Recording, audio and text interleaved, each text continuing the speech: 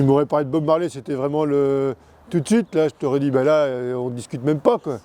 Bob Marley, c'est intergénérationnel, c'est le truc, il est mort en 82 ou 83, et encore maintenant, les gamins d'aujourd'hui qui n'ont jamais entendu parler de Bob Marley, enfin qui n'ont jamais vécu avec lui, ils écoutent tous ça, c'est un truc de ouf.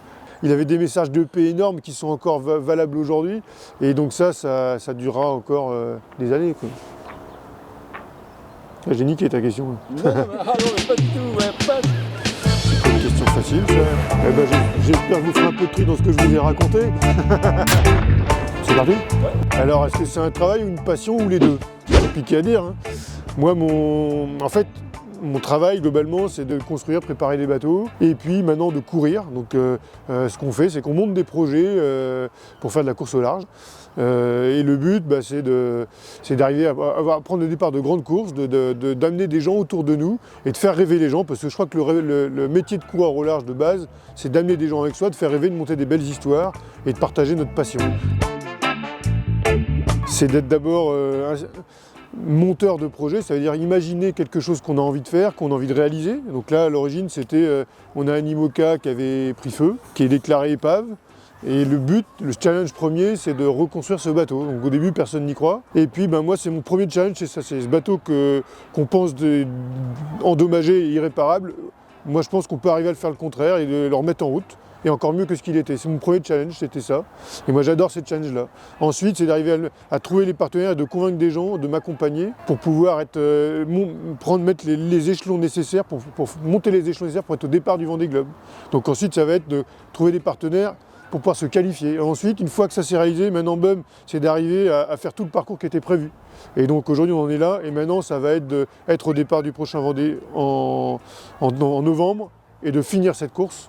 À une belle performance, ça sera encore mieux, mais en tout cas de finir ce projet. Et si ça c'est réalisé, ce sera tout ce métier qui aura abouti. Et ça, c'est ce qui me prend les tripes depuis A à Z dans ce projet.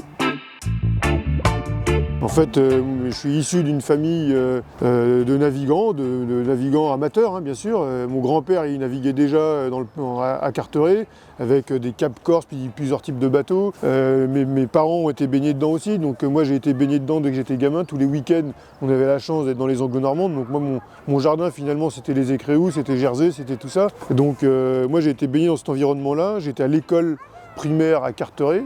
Carteret, c'est un village de pêcheurs, donc j'étais au primaire avec les fils de pêcheurs qui sont maintenant aujourd'hui pêcheurs en mer. Donc moi j'ai été élevé dans un milieu maritime.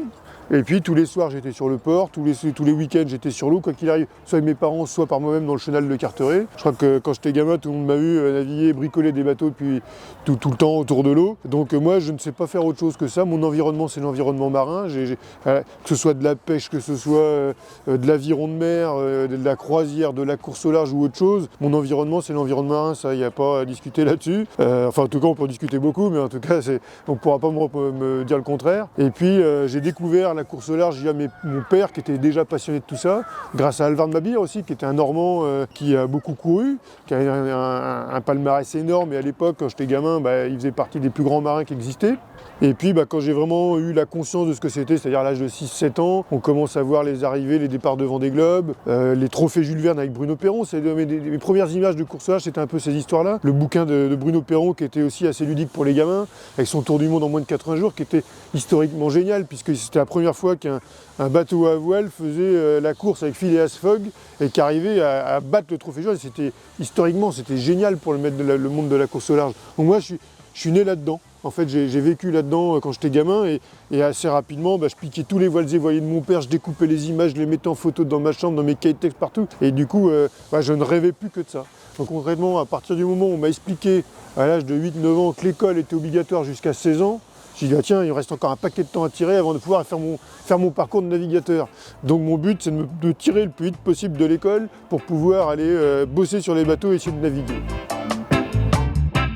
Moi je suis plutôt réaliste, hein. J'ai beaucoup de projets qui paraissent utopiques qui deviennent réalistes. Ça c'est court ça.